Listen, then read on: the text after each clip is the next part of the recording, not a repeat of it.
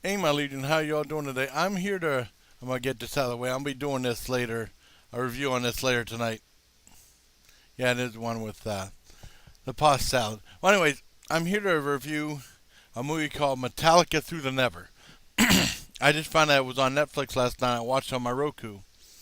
Now, before I go any further, I need to probably address the 800-pound elephant minus ham hocks in the room. I'm an old school Metallica fan. Now, some of the younger viewers, I assume they still know about this. Because for the metalheads, there's a love hate relationship with Metallica. Even though there's probably the highest metal band out there, And I remember growing up, especially in the army and stuff like that, being really influenced by Master of Puppets and Ride the Lightning and Kill the Lights and Just for All, right? I was a big fan, big huge supporter of Metallica, and then when I was in the army towards 90-91, the Black Album came out, and that kind of changed the whole thing because it seemed like the old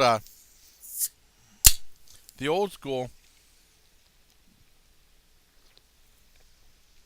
not the old school, people I used to talk to about Metallica hated Metallica. Then when the Black Album came out, they said, "Well, that's good old fashioned rock and roll," and stuff like that. But boy, I mean, for the Black Album, the first three songs are really good, and then it's like a complete letdown. And I know a lot of the hardcore Metallica fans, the old school Metallica fans, kind of lost faith in Metallica, and I have too, somewhat. I still seen some of their videos. I watched what's that?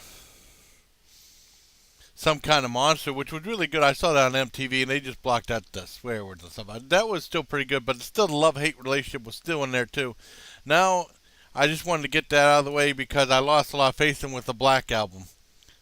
Even though I love Enter Sandman, come on. I mean, some of the younger kids will say, "Well, you don't know what you're talking about," stuff like that. But that's very true about Metallica. There is a love-hate relationship with a lot of metal fans. A lot of metal fans lost faith in Metallica, and then that's when Metallica, they were saying Metallica sold out with the Black Album, and then after that, But I'm here to review Through the Never. Through the Never is cool as hell. And, it is such a well-made movie, and it's a concert film, and there's brilliant, brilliant cinematography. The movie looks like $1,000,000, right? And there's also a side story about this one kid sent to get a satchel and all the hell he goes through. But it's a very well made. It's cool as hell, and I was getting into it, especially when they did Master of Puppets. I was getting into it. One crucial mistake in the movie that I was going to give it a 10 out of 10. I have to give it a 9.5 out of 10 because of a crucial mistake.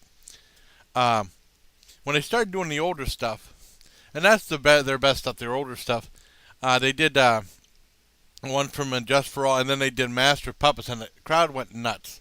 And then they did Battery, which is all super fast song. And then for whatever reason they did Nothing Else Matters, which is a low energy song. They went from high energy to low energy. Save Nothing Else Matters for the beginning of the show, like play like one or two songs, then do that one. Don't save it for the end where it's so low energy, and then they do Enter Sandman, and I was getting into that too. But I mean, it's like, get into it, and then that song comes in, and a lot of people don't like that song. I'm sorry, a lot of metalheads don't like that song. Even, members of the band say people hate that song. But I mean, some people do, but I'm just letting you all know. It gets a 9.5 out of 10. It's an awesome, awesome movie, except for that little mistake.